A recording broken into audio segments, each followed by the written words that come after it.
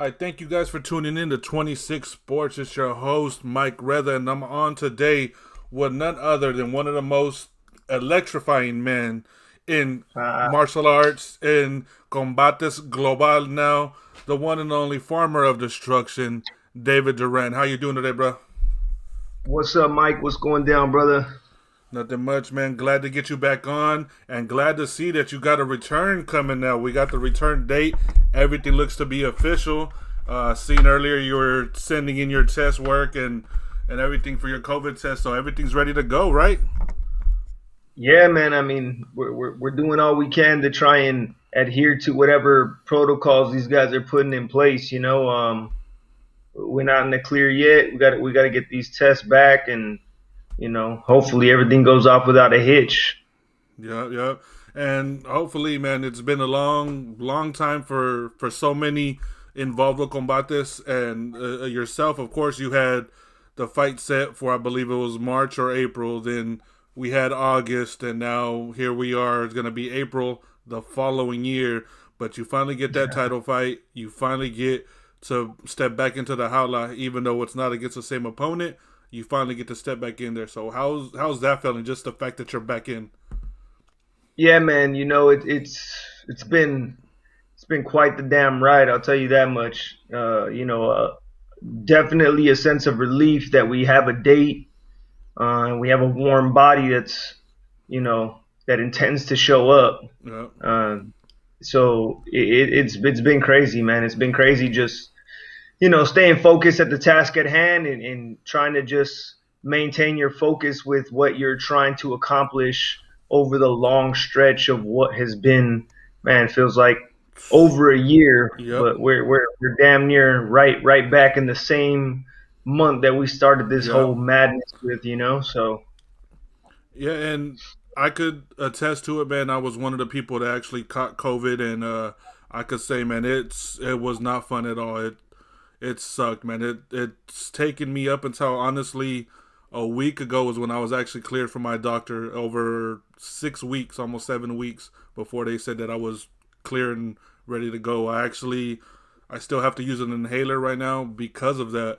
The damage to my lungs and everything. I had COVID, bronchitis after, and walking pneumonia pretty much. So it sucks, man. But for me to see you guys back, all ready to return, and for you especially because I know how that wait was for you. You were ready to go every time, and then something else popped up.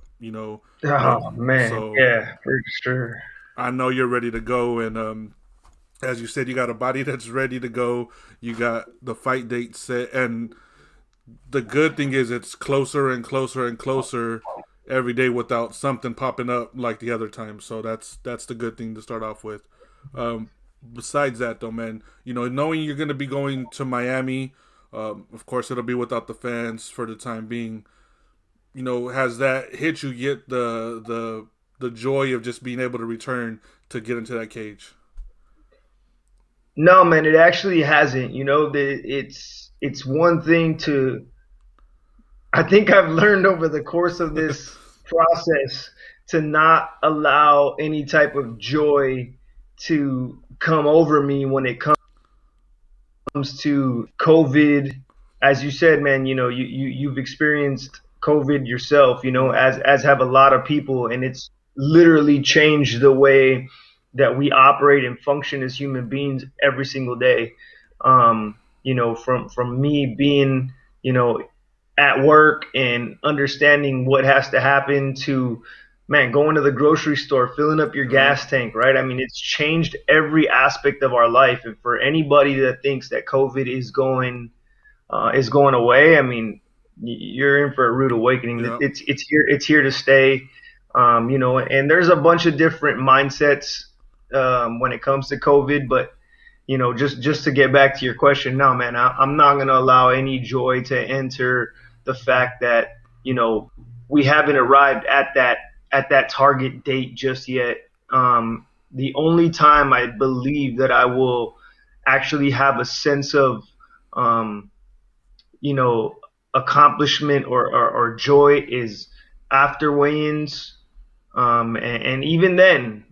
from my understanding of what I went through today for Combate, they're going to be testing us on a daily basis for the duration that we're out there. So it is definitely still possible for somebody Yeah, to test, positive the day of, the day before. I mean, you've seen it in other yeah, promotions where it happens. These guys go into the bubble. Somebody gets a false positive or something like that, and they call the fight. So it's a real delicate situation, man. And for the most part, man, I mean, there's almost nothing I can bank on, right? yeah, yeah. That's true, but I mean, as you said, you don't want to put too much in because you've lived through this whole. All right, we're gonna do it this day. Hey, you know what? We're gonna do it this day. Hey, you know what? We're gonna do it this day. Hey, we'll call you. That's pretty much how it's gone. Because I've been in the same boat with you guys, where it's like, hey, when you guys coming back? Oh, this day. Okay, thank you. Oh, actually, it's this day. Oh, okay, thank you. I'll reach out to you when we got something set in stone. And it's like, man, who knows? I mean, for a while there, uh, we had people wondering, is it ever going to come back? And now, I mean, we've seen the news today. They inked a new deal with Univision, 5 years. So, I mean, it's COVID's not going to go away. We know that, but maybe with everything going on now, it looks like it's maybe we're finally on that other side of it to where we're finally going to be able to get closer to normal life. Correct. Yeah, no, and I think that's well said. I have no doubt in my mind that fights are going to happen. Yeah, Um, Specifically, we just don't have control of which fights are going to happen, yeah, right? Because there's a lot of things that can take place. But for the most part, I think the biggest takeaway for me just dealing with all of this is that there was going to be a group at some point that was going to serve as the guinea pigs to how yeah, they were going to operate this bubble of theirs, right? And we've seen other sports organizations and leagues kind of, emulate each other, but for the most part, none of them are essentially doing it in Florida, which we all know mm-hmm. how Florida is right now. They're Yep, wide open. So, I commend Combate for taking on such a task. Now, I could get into my own personal opinion about the location, but I understand why that location yep, was chosen, and it's due to the studio, right? But yeah, you couldn't have picked a worse location that is essentially wide open, and that's not me bad mouthing Combates, right? Because they have no dictation and no control over what the government does mm-hmm. or the state does, right, in that specific area. Yeah, So, for that, you got to take your hat off to them and them going the extra mile and testing all the fighters and trying to create a bubble that is going to be positively and absolutely secure for these fighters to yep, be able to step foot inside of a studio, which they are looking to not contaminate in any sense yeah, of the word, right? For a multitude of reasons.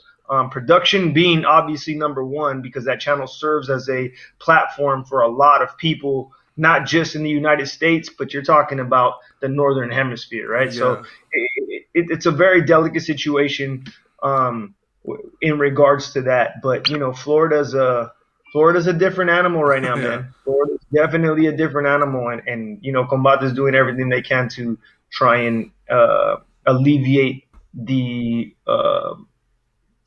COVID, hazard, if you yeah. will.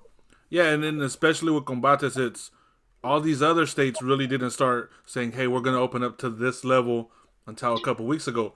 Combates had to have this done already. Like they needed to get you guys to know, "Hey, you're going to have a fight in a couple months," as opposed to, "Hey, we're going to open up next week. California just said we could do it," and so many people could miss weight. I mean, we've seen what happened in the UFC.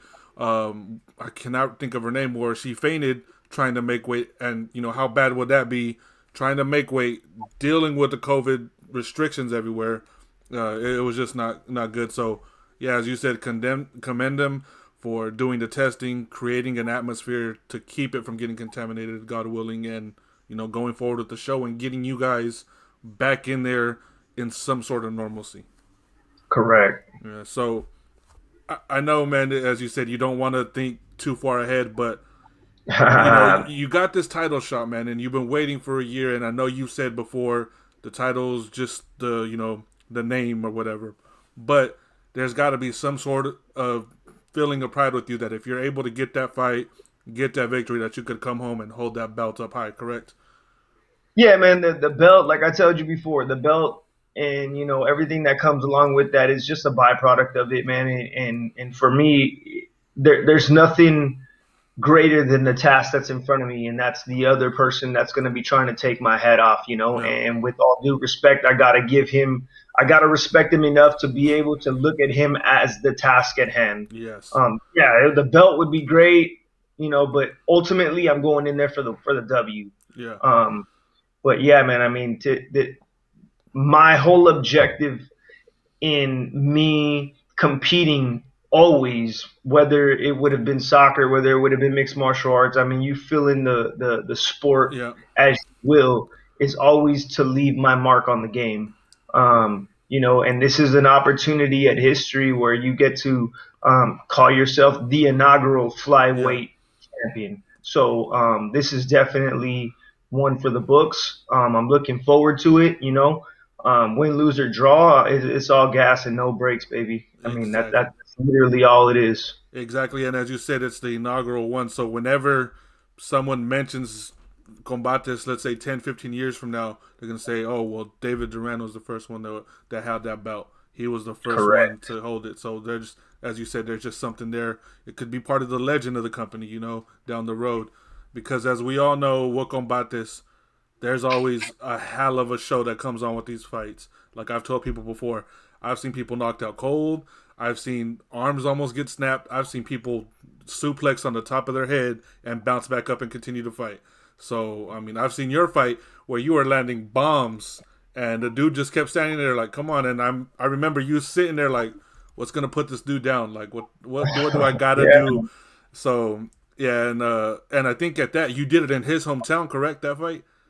Yeah, that was Yeah. his hometown. I took that fight on 6 or 7 days notice, and it was a weight class above, man. So it was definitely a dope experience, man. And I actually still keep in contact with that dude, Yeah. kind of here and there, social media. It's all respect again, man. After you go in there and throw fists with somebody, you guys earn each other's respect, whether there's bad blood or not. I mean, it's a Yeah. very rare instance in our sport where you have two people that go in there and share a cage and they don't come out having some sort of respect for each other. I mean, they do happen and there's probably underlying issues, but for the most part, man, it's all respect, dude. Yeah, exactly. And then with you, as you mentioned, that was on 6 days' notice. One of your biggest, I would say, possible, downfalls, but also one of the biggest things you're known for is your willingness to just say, hello, yeah, I'll be there tomorrow to fight. You're ready then and there. It doesn't matter which weight class, what promotions it's been, what day, what time. You're just there. With this, again, we talked about it before. Now that you've had the knowledge to know that this is not going to be a call that, hey, it's tomorrow, you've known for a while that this fight was coming. How much better do you think you prepared? And how much are you ready for this fight? Man, there's a I swear, man, this is like the two extremes. It's either couple days notice or now in this particular instance, a year's notice, right? Yeah. So it's like if I had to choose one or the other, give me the 6 days, Yeah. bro. It, it goes a long way to be able to say that extended training camps are, I don't want to say are a disadvantage because I wouldn't be doing the training camp and the training and all the focus that I've been able to do on specifics justice. But the longer the training camp, the more opportunity there are for injuries Yeah. and nagging body parts that you need to tend to. And man, this has been an extra long training camp. I mean, a year's bro. I'll be honest with you. This is my third weight cut, and Yeah. with the opponent that I have, he's a young buck. I'm 36, baby. I'm putting it down for the old vatos. You know what I Yeah. mean? Like our bodies, they're not built the same. Not anymore, right? My body reacts chemically different than any other person that's probably on the Combates roster, for all I know. But at the Yeah. same time, I'm in the gym with guys that are his age, some Yeah. even younger. I got kids that are they've been training since they were like 10, 11. They're like 18, 19 now, and these kids are good and they're really good. But with that said, the old dog always has some tricks up his Yeah. sleeve, so you're able to compete at a high level with these guys, man. But the training camp being as long as it was, man, it allowed me a lot of time to focus on different things that I wanted to focus on. Now on the flip side of that, my opponent hasn't had, I don't ever doubt somebody that calls themselves a professional that they're not doing what they love and trying to Yeah. perfect their craft every day, right? But when you take a fight on, a month's notice or 3 weeks, 4 weeks, 5 weeks notice, it's a different monster. You approach the game differently. And then with it being at 125, how does your body react to the weight cut? Were you already on weight? Like there's just a lot of variables that play into these equations. And eventually what we will end up saying in hindsight is styles make matchups. Yeah. That is 100% true. But what within the style that determined how his style played out that night of the fight Yeah. was a direct reflection of preparation and whether he prepared poorly or he prepared adequately. Exactly. And as you said, yeah, this is your third World Cup, but you have the experience. You got that gym work. You got one of the best fighters in all of MMA that's been in there with you in Cejudo, and you got championship mentality already there. So Oh yes, yeah, baby. he may be younger. He may have been on weight already, but you already knew about this, as you said, for a year. He knew about it for a month. He's got to get all focused in the training camp. You've been ready and focused for a year. Um, Shout out to Nakato Anaika. She's saying vintage wine, baby, talking about you. There you go. So, That's right. yeah, so, we'll get off of the subject a little bit, go into other things. See, you don't got the Niner hat on today. Thank you for that, man. But let's talk about some of the moves you guys are doing, man. You made a trade to go up to the third pick in the draft, but it looks like you might be picking someone that a lot of people ain't feeling. Like, what do you think they should do with that pick in your mind? Man, when I heard about what they did, I was very torn as to whether they made the right decision, as are a lot of people, right? Yeah, But we gotta look at history, and you gotta look at who the GOAT is, right? It's arguably Tom Brady. I don't like the guy, but I love that he's a winner. you can't I take away love what he did this year. You cannot take away what he's Yeah, done ever, period. Whether you want to talk about, inflate gate, whatever, bro. You still have to yeah, go out there. You still have to execute plays, yep, regardless of the fact. And you're talking about dealing with athletes that are just on a superior level across the entire field, yep. not just one position. You're talking about everything, right? So I say that to say this. What pick in the draft was Tom Brady? Was in the sixth round, right? One Yeah, seventy bro. He ninth. was like he was down there. I'm Yep, talking about Aaron Rodgers. I don't think he was that high up. He probably wasn't Tom Brady 24. down. Yeah, but he Yeah, was he wasn't he was right there. yeah, Who else? Brett Favre. yeah. Same thing, He got right? traded. Exactly. So you got all these guys. There's been a handful of them that have come out and they've actually produced what they thought. I think what round did Patty Mahomes come out? First, but he was a number 10th pick. He didn't play There you really go. until his second year, though. They just knew he had the potential. They let him sit and watch for a year. Right. Look at Rodgers, right? So you give all these different examples, and it's essentially, bro, you do not know what you're gonna get. You're anticipating somebody's performance based off of prior Yeah, performance. That is a very, very difficult thing to do because I guarantee you, with all the money that every single one of these organizations has, if they could buy a crystal ball and ask the crystal ball, should I pick this person? yep, Bro, we'd have a bunch of Super Bowl winning yep, franchises, right? yep, But it just doesn't work like that. And at some point, somebody within a franchise has to take a gamble on a player that doesn't seem like they're going to be what you're expecting. Yeah. So I'm going to look at it with an optimistic standpoint and say that, you know what? I hope they get somebody that they are so critical on, and he ends up coming out to be one of the greatest to ever do it. Yeah. Now, would you have a do you have a preference on who you want to get picked? Because I know consensus number one, and it's obvious because of what we see and what we've seen for 3 years, is Trevor Lawrence from Clemson. I mean, that kid looks, as you said, he looks like he's everything. He looks like the sure thing, but again, too, as well, he's been at one of the best schools in the country and performed. Now, there's all these other schools and players. I mean, Mac Jones from Alabama, Justin Fields, Ohio State, uh, uh, Trey Lance from North Dakota State, and then we also have Zach Wilson from BYU. Out of those Yeah. ones, do you have a preference, or are you okay with staying with Jimmy G? Honestly, man, I don't think Jimmy G's a bad choice because you got to remember, as time goes on, he's only going to get better. He's going to get more comfortable with the system in place. I mean, think about what he was able to accomplish just moving systems with the personnel that they had, right? That was what, his second year as a Yeah, 49er?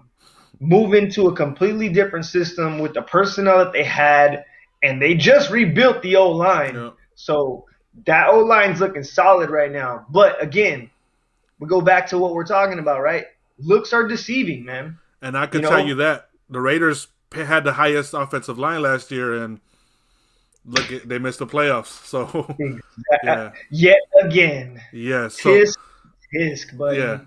Hey, that's okay, man. I could say we got the Chiefs one time, but Hey, that's what you guys are hanging your hat on, no, bro. I bet you I'm guys not that. had that underneath that hat, huh? Nah, I didn't take that. I was pissed at, of course, at how it went down, but I mean, I was in a way expecting it. After they lost to the Chiefs, I was like, they're gonna get whooped this game, and then we'll see what happens. They got whooped, they won, and then same old slide.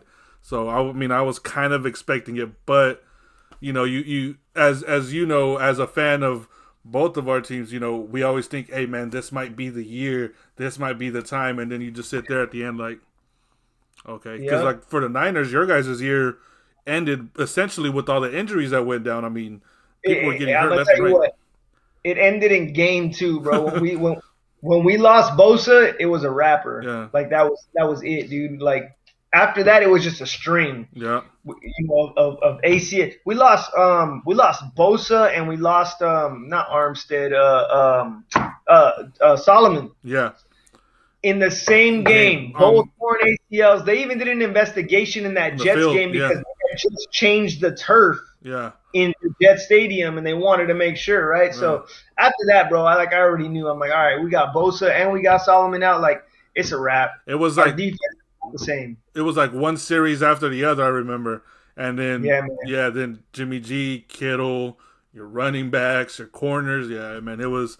It was I give awful. Niner fans a lot of crap, but at that point, I was just like, damn, man, I feel bad because it's like you like even with the Cowboys, I give them crap, but once Dak went out the way he went out, I was like, man, he was playing hard and balling too, man. I was like, ugh.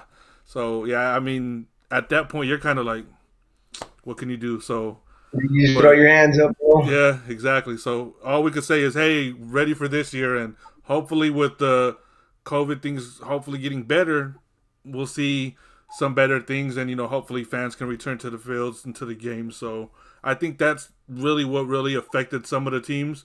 Is some teams could have injuries, but when the fans are there rooting them on, they get that extra push to go forward. And if you break your leg and you look around and all you see is your teammates like, hey, are you okay? I mean, instead of 65,000 cheering you on to be okay, it's different.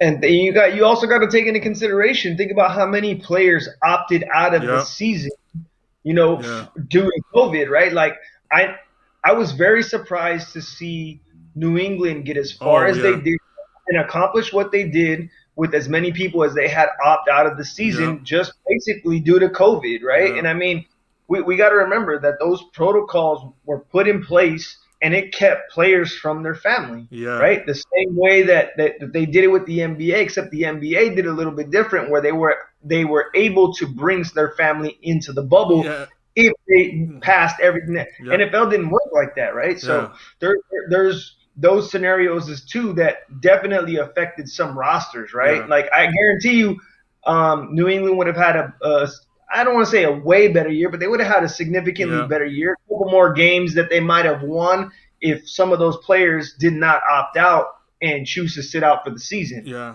Exactly. And I mean, they're almost their entire defense said, "All right, we'll see you next year," pretty much before the season started. So, There you go. but I mean, it was set for a reason, and honestly, the NBA did it the best way because out of that whole time that everybody was there was no cases. And even this year, every week that they do the test and they put the reports out, it's they administered 400 or 500 tests, and it's maybe one positive test out of that whole thing.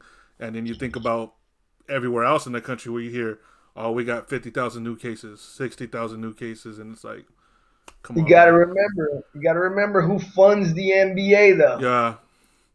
You got to remember the country that put a Oh yeah. lot of dollars behind the NBA, Yep. right? Yeah. And think about the NBA's rosters versus a 53-man roster Yeah. for each team, right? Yeah, because I So think there, it's 15 total players. Yeah.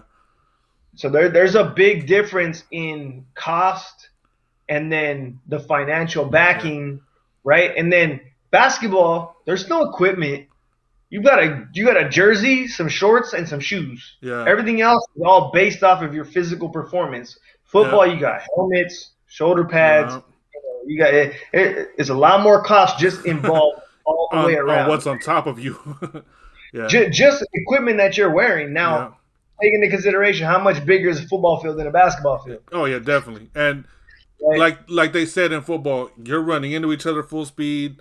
You're sweating all over each other for 60 minutes. In basketball, there might be some plays where you're going to run right by somebody and make a layup or a dunk or pull up for three and not get touched. So, but regardless, NFL didn't have so many cases spring up crazy either. When people follow the protocols and the restrictions, you see that it goes through relatively well.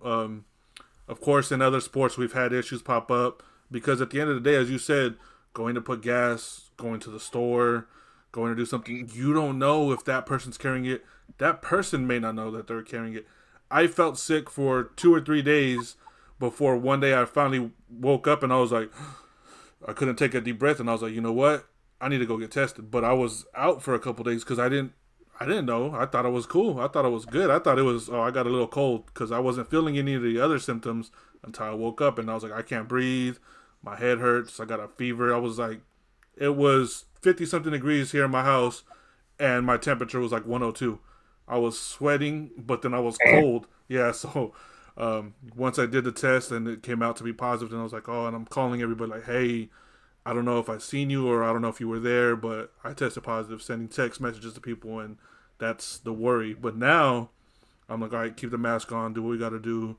Once I'm home, working out, doing whatever, I'll be fine. But that's the fear at the end of the day is you don't know what somebody else has. So as you said, commend Combate for what they're doing because they're trying to keep you guys safe as well. Now Yeah. we got someone out here talking a little bit for Edgar. He said Edgar's gonna win, and he said to let you know that he's guaranteeing you're gonna lose. His name is Chris. Everything's in Spanish. Pues aquí está Chris. Le estoy diciendo a David qué estás diciendo a ver qué te responde. Hey, Chris, apóyalo. No hay problema, compadre. Puro corazón. Somos mexicanos. Que el mejor gane. Ahí Eso es estás, todo. Chris. Ahí estás. And that's the thing, man. Too, it's gonna be a war, bro. I mean, at the end of the day, when you guys step in there, knowing how long you've been waiting, it's just built up. And man, I just personally though, I've seen you guys fight. You guys have fought before, correct? No. No. Oh, but they were putting up your fights online. That's right. Like Yeah, showing I your think fights. they were doing it like a build up, Yeah, right? yeah, Like a build up to like, hey, check this out, check this out. yeah. So they put your guys' fights up. That's right, and showing who's won, how they won, and this and that. And I've seen you fight, from Bellator here, everywhere, and I just feel that you've improved much, especially with Cejudo, and the way you, as you said, you're not only just taking people down, you're knocking people out when you need to, submitting them when you need to. You've definitely improved to a point. Edgar, no disrespect to him, he does well, as you said, he's young, but I just feel like you're gonna pull it out at the end, and especially with all that extra built up, pent up energy, frustration, and just you want to just let it all out. I think you may stop him, man. I think you might get him on the ground and just finish him there. Yeah, man. It's I don't like to throw shit at the wall and see if it Yeah. sticks, right? But check my track record. Anytime that I've fought at 125, Yep. I'm undefeated. So it's no disrespect to Edgar because I don't know the kid. I know he fights hard and I've seen his fights, and he's a dynamic striker, and that's all gravy, But at the end of the day, it's gonna be who can perform to the best of their abilities on that night. I Exactly. guarantee you he's coming prepared or he wouldn't have taken the fight. But again, along with that, there's a lot of people that were in line for this fight. Yeah. This is Edgar's my fourth opponent. Guess who never stepped out of line? You. It didn't matter who it Yeah. was. It could have been Puerta. It could have been Bares. It could have been Osuna. It could have been. It just happens to be Chidas. Yeah. You And you're know. ready. And I mean, dude, at the end of the day, when you start to shift your preparation to get ready for all those names that I just named for you, they're not all strikers. Yeah. They're not all Different. grapplers. Yeah. So if I'm prepared, for each one of these guys, even if it was just in the slightest couple weeks, I mean, essentially we've basically checked off all the boxes, Yeah. on the card. So, at the end of the day, man, like I said, it's gonna come down to who's gonna go in there and perform to the best of their ability. Exactly. And I know you're gonna bring it, man, because you always bring it. As you said, if it's 6 days, if it's a year, you're ready to go. Um, Besides that, man, seeing all the other fights that have been going on across the other promotions, how much more, in that sense, how much more joy did that bring you, knowing I know I'm gonna be back, I know we're gonna fight again, as opposed to thinking, man, who knows what's gonna happen. Once UFC and now Bellator, all of these promotions started coming back slowly but surely. How did that make you feel for yourself, knowing you knew for a fact you were gonna be back? Honestly, man, I'm an MMA fan. So Yeah. for me, like as much as I love to compete, I'm an even bigger fan. I love that I get to watch fights every Yeah. Saturday. I commend the UFC for doing that, and Dana and all these guys that got the balls to be able to put these things Yeah. on a weekly basis. Um, I'm able to watch fights and analyze people's styles, and mixed martial arts, bro, it's a copycat industry. Mm-hmm. You see, I mean, who did it first? It was Anderson Silva, Yeah. the teep to the face, right? Who'd you see do it after? Lyoto Machida. Yeah. Who did it after that? It was a Russian cat. Like Yeah. it just It you goes. see these techniques, right? What's Yeah. what's the big one, right? The big one right now. What is it? The calf kick. Yeah. Right? Who's not prepared for the calf kick now, right? Like, McGregor. Right. yeah, McGregor. yeah. McGregor got taken out by it. Yeah. So it's a copycat industry. So being able to see what's trending, you start to have an idea. Okay, this is what this person did for this style. So yeah, man. I mean, it definitely got me excited just to be able to watch MMA again. I have to keep going back to my DVR and rewinding old shit. So, Yeah. but yeah, man. I knew it was gonna come back. I knew we would be back. I just didn't know when we were coming back. And whether it was gonna be with Combates or whoever decided to be on the other line of my phone. We were gonna scrap one way or another. Definitely. And as you said, you were DVRing, man. I was YouTubing and checking everything like, oh, let me see this fight again. Let me see this fight until fights started coming, because UFC was once a month until it got to the point where they felt comfortable. We could put in 2 shows, maybe 3 shows a month, and then all the other promotions started doing a little bit of things around. Then you seen boxing, bare knuckle, all these other things. Then all the other sports come back. But now, for me, I mean, like I tell people, I got an investment in Combates just because I've seen it up close. I know so many of you guys personally, and it's always a hell of a show. I mean, kind of let down that it can't be where I'm from this year in Fresno, because I mean it's been great fights every time. Or Yeah. even I went to the one in Stockton as well. But I mean, as long as you guys are back, and main thing besides your health and getting back into work, you guys are getting paid. That's the thing. You guys need to get paid. So I'm happy to see you guys being able to get that. Uh, as an MMA fan, were you surprised what happened with Ngannou and Stipe? Honestly, no, man. I didn't have any idea how that fight was gonna go. It was either gonna replicate the way it went down the Mm-hmm. first time, but I knew that Ngannou had improved just because Yeah. of him changing camps, him having a little bit of Usman in his camp, right? So Yeah. I think Usman even cornered him, and I didn't even watch the fight. Oh. Training camp for me has been so crazy that I had been. I don't want to say I had been, but it tends to take over your life Yeah. and that's to say, man, that like I don't my days are long, bro. My days are. I was up today at 4:30. I got a career outside of my Yeah. career. So sometimes I'm not getting home till 10 at night, but I'm following my dreams. Like if I Yeah. can go and have a career and punch a clock for somebody for 8 hours or 10 hours, how the hell am I not going to come home and punch a clock for my own dreams Yeah. and for my own aspirations? So sometimes I come home at like 10. So I was getting to the point of like I was neglecting my girl. So I was like, hey, you know what? It's date night, babes. Let's go to the movies. So and trust me, she knows it's a fight every weekend, and Yeah. that's going to be the heavyweight strap. And trust me, bro, I wanted to watch it, but sometimes you got to do things that are um, that it's the right thing to do. Yeah. I wouldn't be on weight and where I am currently in this mix of training camp if it wasn't for her, prepping my stuff on a daily basis, bro. Like she's amazing. So I can't thank her enough. Um, and so yeah, dude, I wanted to watch that fight so bad, but shit goes viral. I was able Yeah. to see the way he got knocked out, and to Stipe's credit, man, he was going back in to fight fire with Yeah. fire, and that's what that he was already rocked.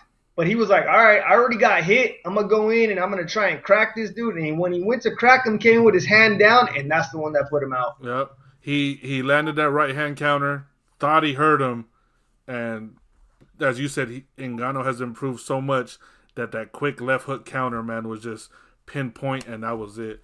I mean, Yeah, I'm man. sitting there watching, and I'm like, okay.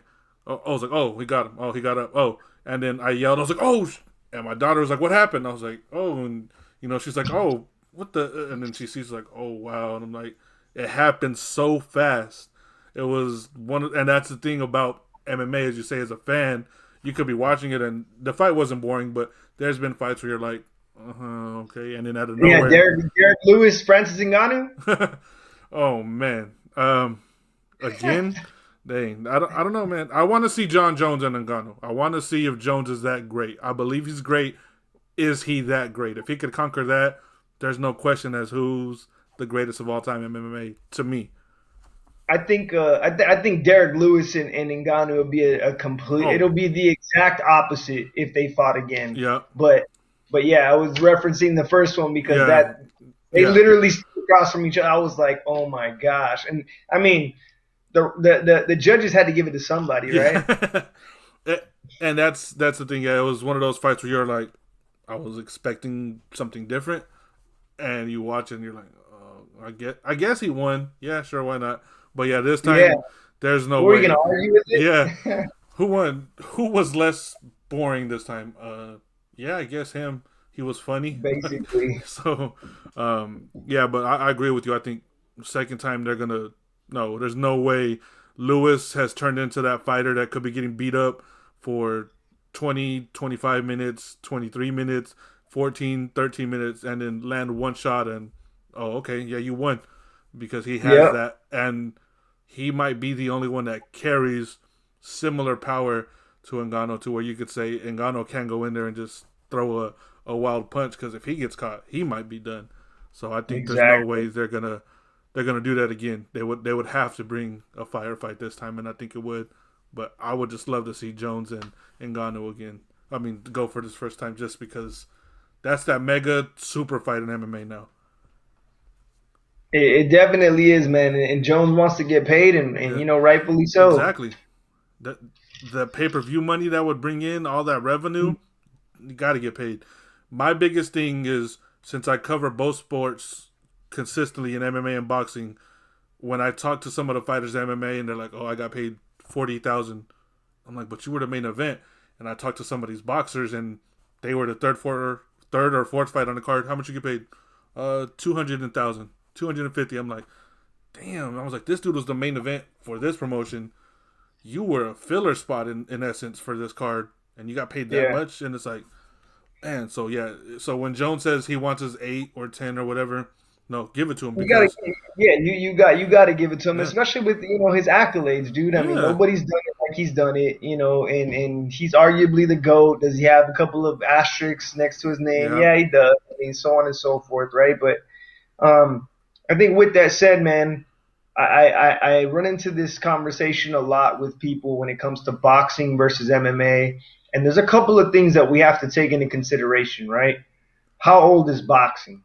yep, hundreds. Boxing is hundreds, Yeah, hundreds, bro. I mean, they were boxing before they even knew it was boxing. It yeah, was just fight, right? And once they established it, this is why you have so many. That's why you have so many organizations. You got the WBC, you got the mm-hmm. WBO, you got the NABO, you got the NABF. You got all these these. There's all these different entities that all have their hand in them. Yeah, And with that being said, there's unions associated with them. You know, there's structure to it, yeah, right? Right now, mixed martial arts is in dire need of structure because without that structure, you cannot develop a tiered rate of pay for yeah, fighters. So you're essentially, I mean, look what bare knuckles doing, and they yeah, don't have they don't have like a WBC or NABA NABO. You know, they don't have these organizations, but they're operating under the same standard that MMA is. What did Paige Van Zandt get? She got some stupid money, yeah, right? And probably mostly just because she's a namesake, she's a yep, pretty girl, and she's gonna bring some eyeballs to yep, to the organization. But with that said, um, MMA is operating under the pretense of, okay, what have you done for me lately, yeah, right? Whereas boxing, it doesn't matter if Miguel Cotto got knocked out the fight before, the fight coming up, he's gonna get more, if not the same amount of millions of dollars that he got the fight previous because of his namesake. yeah, Not what he did is in his last fight, but because of where his stature is, where the sport is, and the organization that he's going to be fighting for, whether it be WBC, NABF, whatever the case may be, it's established, right? yep, So there's all these different variations, and MMA doesn't have that, right? And it's not going to be until you have some of these big names, the top one percenters, that make the determination that, hey, you know what we're going to do is we're going to say, screw you guys, we're not going to do it, but you open up another can of worms, yeah, right? Because you get these one percenters that are making hundreds of thousands or have the potential to make these millions of dollars. So let's just say they say John Jones, okay, you know what, John Jones, we're going to give you 25, 30 million, right? And John Jones plays the good role, and he's like, yeah, you know what? All right, I'm gonna hold out and I'm not gonna take your 25, 30 million because I want to start an MMA union for all fighters to join for the greater good. Yeah. You have some asshole that's probably got an undefeated record and say, you know what, John Jones was gonna do it for 25 million. I'll do it for 5. Yep. And they're gonna be like, boom, we can make a main event with you, right? Yeah. So essentially, you got a scab, is Yeah. what you would call those in the realm of the union world, right? Yeah. Um, so this is why it's gonna be so much harder for the sport of mixed martial arts to be able to develop a fighters union or a union that just encompasses everything with all fighters, whether Yeah. you're on a Combate, a Bellator, a UFC, or if you're on CXF or XFC, like it shouldn't matter. There should be a tier based off of whatever criteria that they want to make, right? But it's all these little problems, right? And then you can get into like the weight cutting. People are like, "Oh yeah, you guys should just fight at your regular weight." Like, ask any fighter if they don't Yeah. think that that's true. But guess what Yeah. happens when everybody stops cutting weight? There's one asshole that's gonna be like, you know what? I've cut 10, 15 pounds before. I'm gonna just go ahead and do it. Yeah. And then he shows up at 145 pounds on the scale, and then the next day shows up at 185 pounds. I'm Yep. like, whoa, what the hell? Yeah. Well, that guy just ruined eliminating weight cutting for Yeah. everybody.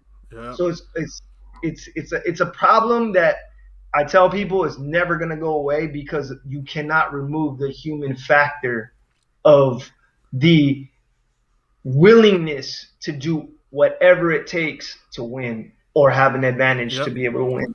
And as you said, if John Jones is saying, "Give me that 25, but we're gonna do this," that other fighter, as you said, the one that's sitting in the back that's undefeated, that's like, he said 25.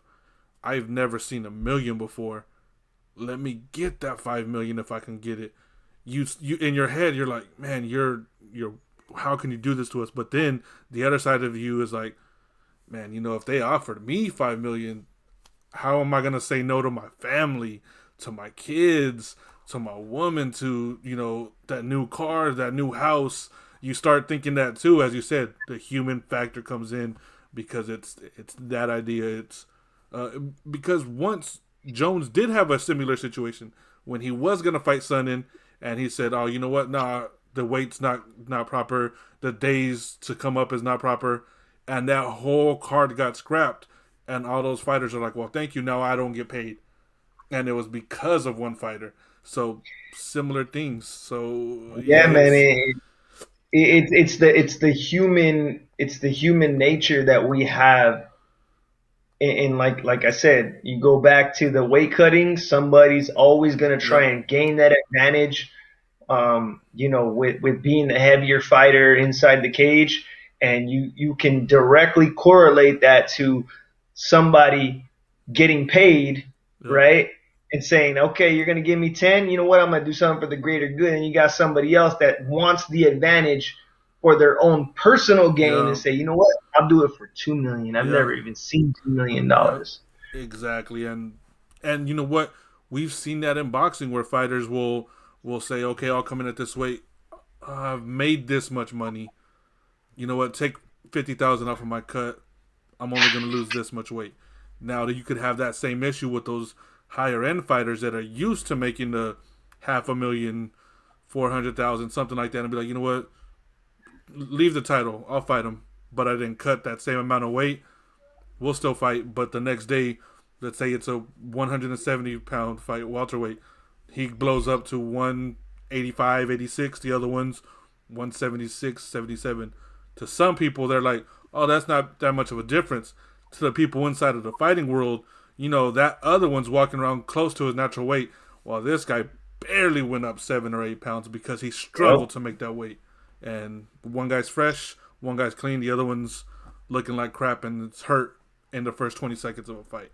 That's Yeah, what man. happens in the sport, man. So definitely, as you just opposed to, man, it's the human factor in the sport that could happen, and money talks at the end of the day as you as well. They tell you All 25, day. 25, but you've never seen 1 million. Some guys will be like, "Hey, I'll do it for them for this much. Bring everybody on the card, and I'll fight." Exactly. And so, man, it's tough, man. Especially as you said with MMA not being around as long, that it hasn't been established to that point where you could say, "Okay, this guy's been a contender for this long. Let him get this much money." Um, Prospects get this much money. World champions guaranteed get this much money. Then you add in, well, how much when he fights on pay per view does the ratings go up? How much does the sponsorships go up? How much do the viewers go up on social media? Um, Boxing that is added on, hey, this guy drew 750,000 pay per views his last fight. The one before that, 500,000. Add a little bit of extra because they get that extra, 30%, 40% cut of the pay per view revenue. Yep. MMA, it's like split, and certain guys might get 80%, and the rest is just split across. Now, Yep. but you're in Combates, as we talked about the pay scale. How much would you hope you may get a chance to fight in that Copa Combates for that 100,000? Honestly, man, just I've come to this, and I, I put this in one of my my only posts for 2021. The road, and it's something, and I'm paraphrasing, right, but it's something to the effect of the road has been long, it's been hard, there's been wins, there's been Oh, losses, but the pain of knowing that one day I will not compete as a professional athlete anymore. Whenever I decide that time comes, that pain is going to be greater than any pain that I've suffered in any of this stuff, bro. I'm talking about injuries. I'm talking about pay scale. I mean, I'm talking about sacrificing, weight cutting, whatever, bro. Like, I think that for me, I just feel honored and privileged to be able to compete with my abilities because I yeah, know in my heart of hearts and just having the just having that the sustainability that I'm doing everything on my own merit in the sense yeah, of I'm never taking any PEDs. I don't do any illegal drugs. One, I can't because of my other career, right, in the yeah, gas and oil industry. Two, because I want to be able to get the maximum, optimum performance out of my body. So when I go in there, man, and I compete, I'm competing with my all natural ability. yeah, I'm 36 years old, baby, and I'm proud to be as old as I am and having accomplished. Even if I don't fight right on this upcoming bout, which I hope I do, but I'm already proud of what I've been able to accomplish on my own merit with my own natural ability, dude. So, um, do I hope to get a big payday one day? Dude, who doesn't, right? right, I bet you if I reverse the question to you, you're gonna be like, dude, I wish, right? yeah, Like I wish I exactly, could get a fucking giant payday. I mean, yeah, anybody that's gonna tell you no, they're lying. yeah, But at the end of the day, you have to be grateful for the present. You have to be grateful for what it is that you have. And dude, I live aside from this MMA stuff, bro. Like I live a beautiful life, bro. I'm very very blessed. I've worked my ass off for everything I have. And having my wife right there with me the entire time. We've come up, dude, from high school kids not having shit yeah. and being able to accomplish what we have already, dude, bro, if I never fight again, I'm gonna die the happiest man ever. Yeah, and that's what it is, man. You gotta take everything and just appreciate it more. I've told people I've I've always appreciated what I had. Once COVID first came around, I appreciated things more. Once I actually got COVID, I realized, man, some of these things we still take for granted. And to me, it was being able to hold my daughter. She's 5 years old now, but it was like, man, I'm sorry, I can't get you right now. I'm sorry, I can't pick you up. I can't give you a kiss. I can't run outside with you.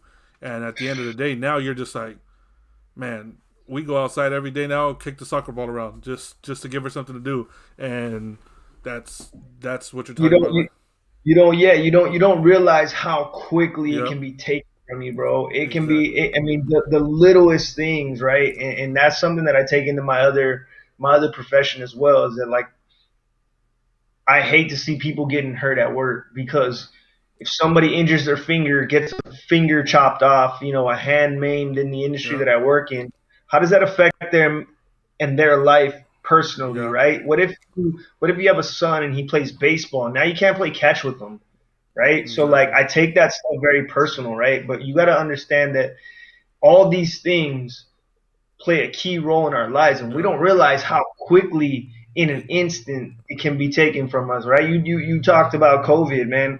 Dude, COVID's crazy. There's Yeah. people that have passed away from Yeah. COVID, and their family wasn't even there to be able to, you know, say their last goodbyes Yeah. or even collect their remains. Like, dude, all these things, like we just don't get it right now. There's going to be controversy as to whether it was COVID or whether they just labeled it as COVID, blah, Yeah. blah, blah. Take the politics out of it. Regardless of the fact, somebody lost their life, their family was not able to see them, right? Or be able to say their last goodbye. And at the end of the day, how does that resonate through somebody's life? How does that ripple Yeah. affect you for the rest of your life, knowing that you couldn't say bye to your mom or see your Yeah. mom or your daughter or it's crazy, dude. And, Yeah. and, and you have to appreciate it, bro. And I've gone through a lot of shit, but at the same time, it's led me to this point where I'm like, dude, my life is dope, bro. Like Yeah. I love my fucking life, like everything about it. And like I said, if I never fight a day in my life again, bro, like at least I get to eat, Yep. homie. That's what I'm looking forward to. I'm looking forward to eating, bro. Yeah, and that's the truth, man. I thought that too. Me and my fiance last year, when all this started happening, we were sitting there, and I was like, man, 2019, we went to practically every major and big city in California before COVID. Like we went LA, Oakland, Frisco, Sacramento, Monterey, Santa Cruz, Pismo, Long Beach, Anaheim, all these different places we went there in 1 year. And the next year it was like, damn, what do we do now? Where are we gonna go? Yeah, And then I thought about it, I was like, you know what? If it all ended now, I could be like, man, we went out with one hell of a year. We did all of these things. We got away. We took vacations. We bought things we needed. We bought things that we wanted that we couldn't afford when we were younger. So yeah, it's definitely, you got to appreciate life for what you got, man. Every little thing appreciate.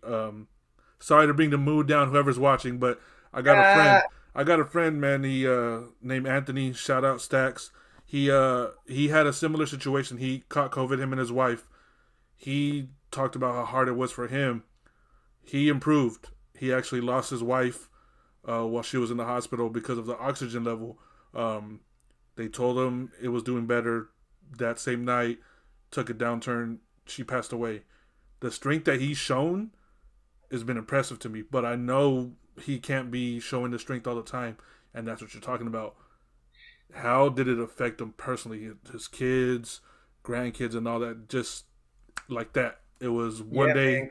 it was okay. Condolences to Stacks, bro. That's a tough thing, bro. But hey, man, just you got your kids, man. It's appreciate what you got, baby. I Yeah, mean, I know it's tough, bro, but like I said, it's those type of things that yeah, will affect you for the rest of your life, right? yeah, It's those type of things that we take for granted, right? Somebody, like you said, somebody could tell you that somebody's improving the next minute, yeah.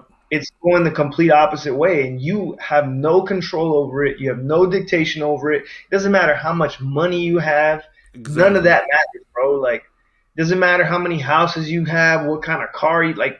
None of that shit matters, bro. Yeah, Like, it's literally about appreciating the moment, and I've learned that in so many difficult ways, bro. I wish, and like I try and impart those wisdoms on my daughter, man. But yeah, like you tell people, and again, I go back to these human natures that we all yeah, have the ability to possess, and it doesn't matter how many times you tell somebody, because we all have that Theo that's like, hey, mijo, stay in school, yeah, go to college.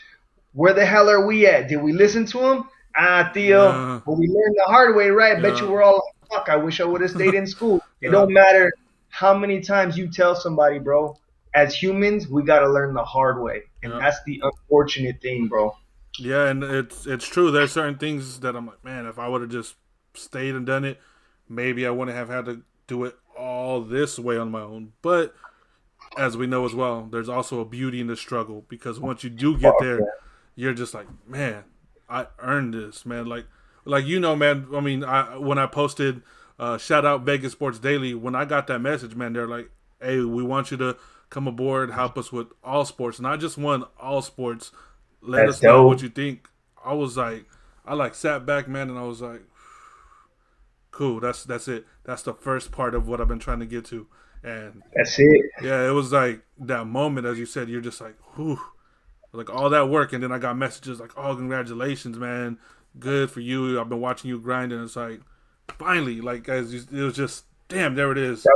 That's So, all it was, man. It was that door opening, you know. yep, Now and you have a whole different platform and a whole different audience to feed. So, you yep, know, your work speaks for itself, bro. exactly. So as you said, man, it's you wish you could have done it differently, but it's that grind and it's that beauty once you finally get there and achieve that first part.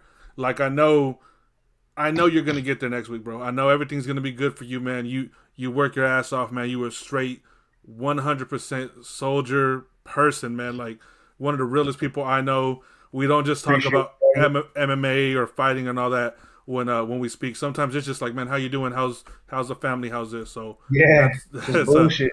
yeah. So I mean, shit. We had time during the year. It was like, oh, look at your Niners choking. Oh, there goes your Ah, Raiders again. You were like, yo, there goes your Raiders again. I'm like, yeah, there we go. overrated. So yeah, man. I mean, it's just you got to appreciate it, man. But I know you're gonna get that bout next week, bro. I know you're gonna bring it home from Florida. So before we go, bro, real quick, anybody you want to give a shout out to? Anybody you want to say hi to and thank? Oh man, first off, I gotta thank my wife Erica, not because she just walked in on me doing the interview, but like I said, bro, I wouldn't be on weight, um, I wouldn't be where I'm at right now if she wasn't prepping all this shit that she has for me with, dude, everything, like literally weights on me hand and foot, and that's why we're gonna go on a badass fucking vacation, literally the day after the fight. We'll be gone, dog. So yeah, man, I want to thank her first and foremost, and then all my sponsors, bro, Versa Climber, Extreme Safety, Love Leaf, Sportsman's Lounge, Pledge, Acai Republic, and then obviously my gyms, Total MMA Studios. It's a chapter, Brazilian Top Team, All In MMA, Empire Training Center. My boys Omar and Moose. My boxing coach Teddy the Mint Master. Unfortunately, he couldn't be here or he couldn't be at the at this fight, unfortunately. But I know he's out there getting his bread, so ain't no love lost between us. Papa, handle your business, right? Yeah, But yeah, man. I mean, at the end of the day, bro, there's a lot of people that have put their support and their time and effort into me, and I never take that for granted, bro. Like I said, time is probably the hottest commodity that yeah, all of us have. We're all on a watch, bro. yeah, At some point in time, we don't get to determine when your ticker stops moving. yeah, Somebody else does. And for people to put their time and effort into me to be able to help me sharpen my abilities, dude, that goes to speak volumes about other people, you know what I yeah. mean? So I respect their time, I respect their effort, and everybody that's helped me get to this point in my career, man. Thank you, and I love you guys. I appreciate y'all. Yep. And real quick, one last comment. Larry Hernandez said, "Shout out to the taco truck."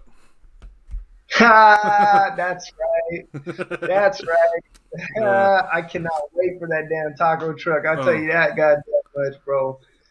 Oh, you know what's funny, man? Yesterday, speaking of that, me and my fiance, we ate, or no, we didn't eat. We were doing stuff here at the house, trying to get things done.